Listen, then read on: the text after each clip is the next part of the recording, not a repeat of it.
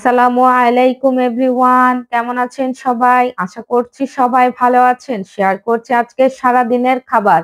ব্রেকফাস্টে প্রথমে মায়েরে দুধ দিয়ে নে পাউরুটি দিয়ে নে দিই, লগে আইও হদ্দুর হাই, কিন্তু সেটা ভিডিওতে অ্যাড করি নাই। তারপরে হাই এ সিঙ্গারা।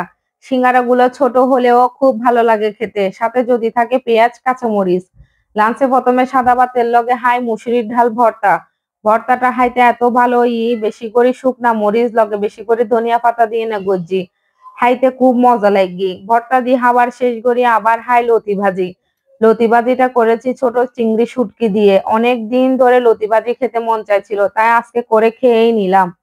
শেষে হাই মাছ ভুনা। মাছ ভুনাটা হাট্টা বাইন দিয়ে না গজ্জি খাইতে এটাও খুব ভালো লাগি। ডিনারে হাই দুপুরের সে মুসুরির ডাল ভর্তা, তারপরে হাই পুঁইশাকের ফুল ভাজি।